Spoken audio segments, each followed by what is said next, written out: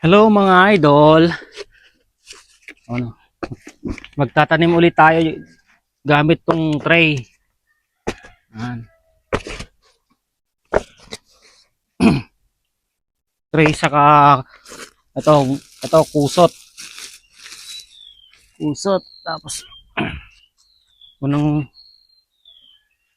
unang gagawin natin, guys. Lagay ko lang dito yung asin sa may tubig. Kasi baka may anay dun sa ilalim. Ito kasi yung dating pinagtaniman ko na dati. Yan. Ilang natin dito. Tapos haluin lang. Yan.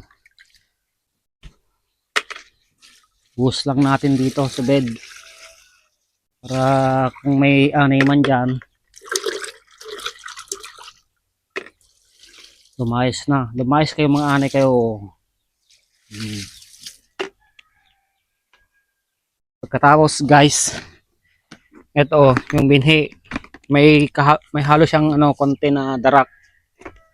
Darak. Mix lang natin to, guys.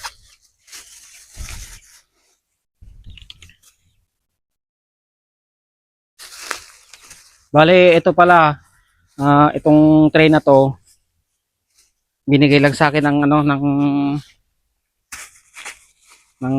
kaibigan ko.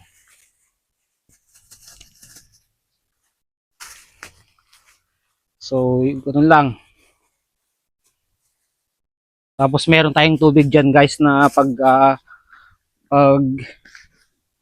sasawsawan ng tray. Hindi natin ibababad, lang natin, sausaw lang.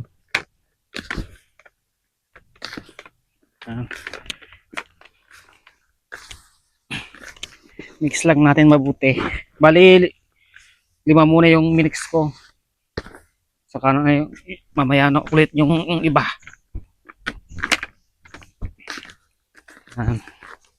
Tapos, ang gagawin lang natin dito, ganito lang. Sausaw lang natin ganito. So, yan. Ay sausaw na. Lagay na.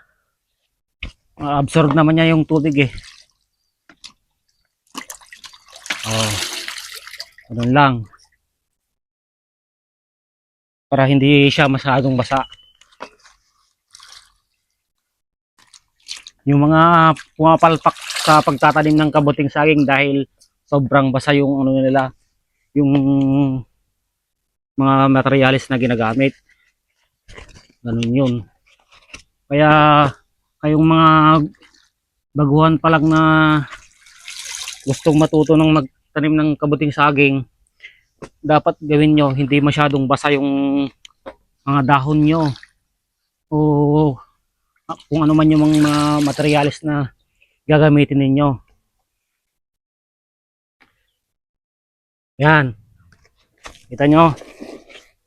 Ito na yung yung paglalagyan natin. Binasa ko lang siya sa tubig. Tapos kamada na tayo agad dito sa gilid.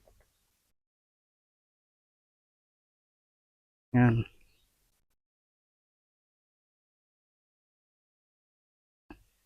Gilid lang.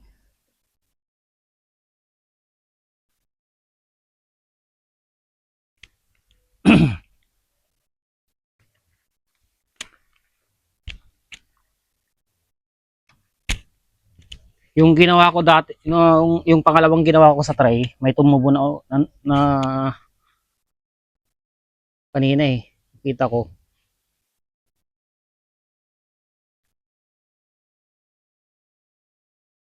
Kung marami kayong tray ng itlog dyan, pwede to gawin nyo.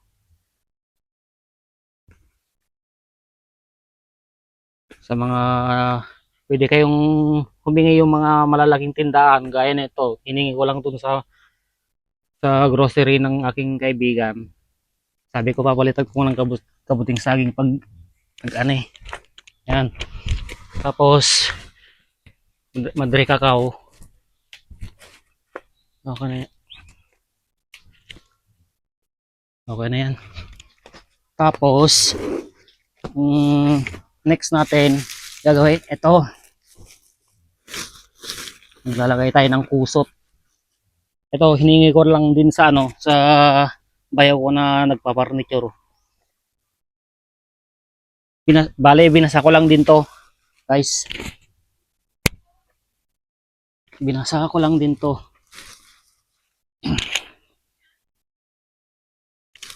Ito ang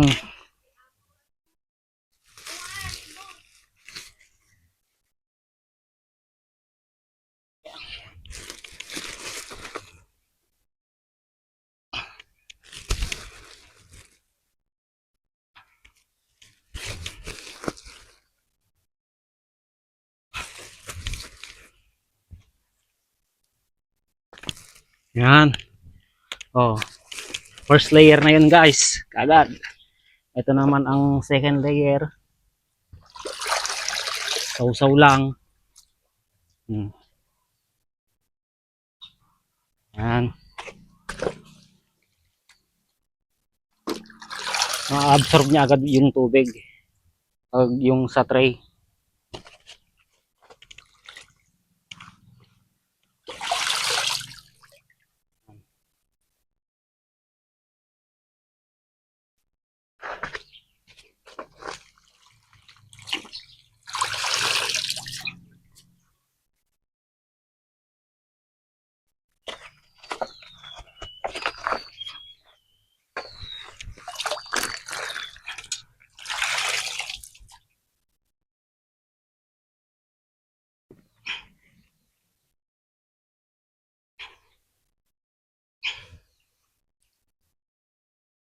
Ay, kasya.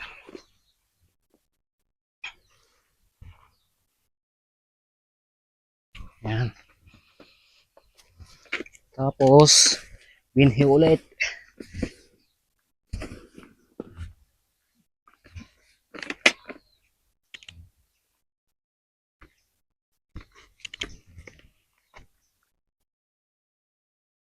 Di ba ang daming pwedeng pagpatubuan ng ng kabuting saging.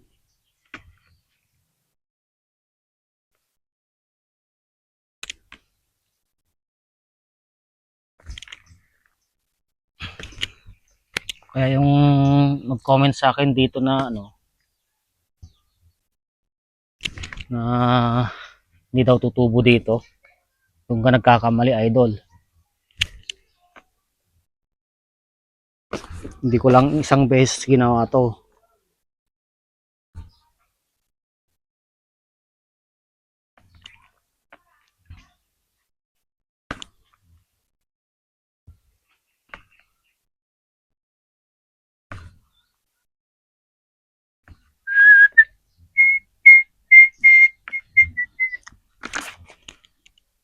Okay. Madre kakao ulit. Kukunti lang pala nakuha kong madre kakao, guys. Katulungan to pang painit ang bed. Tapos, busot ulit. Pantabon lang natin sa sa binhi.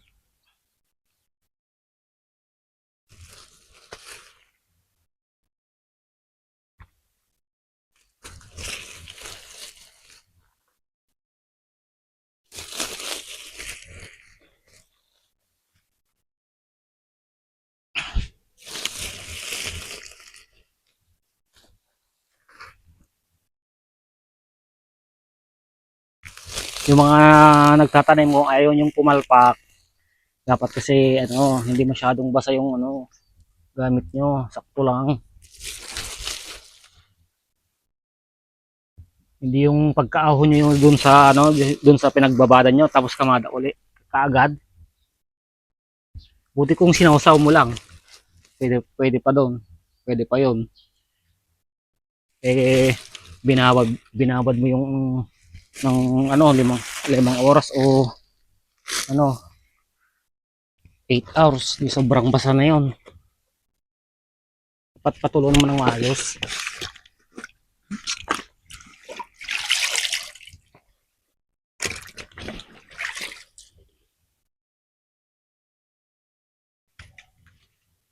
napaka basic lang guys oh.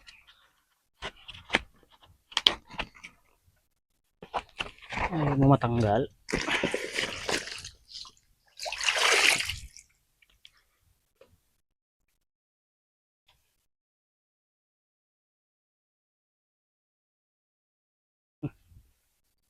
Ayan.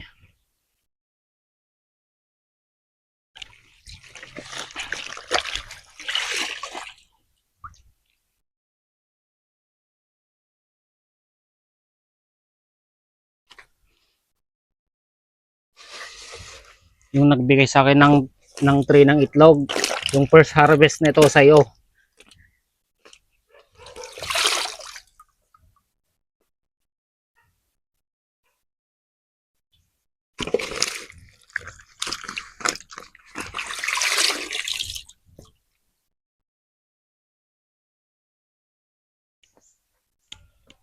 Yan.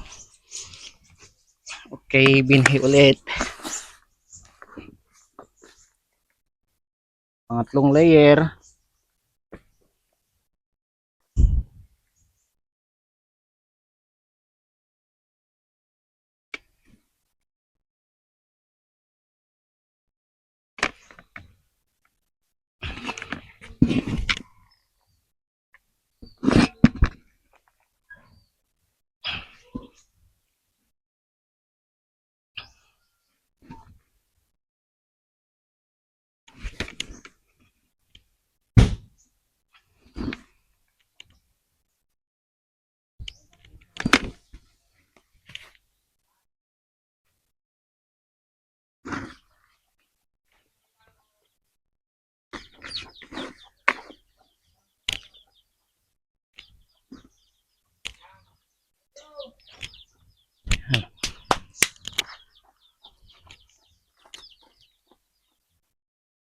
Ayan, tapos ang ating project, new project, tray ng itlog with kusot.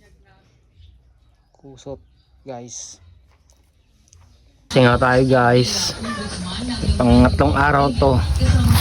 May mga amag na rin.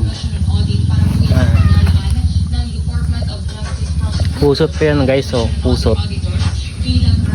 May halong kusot yan, guys.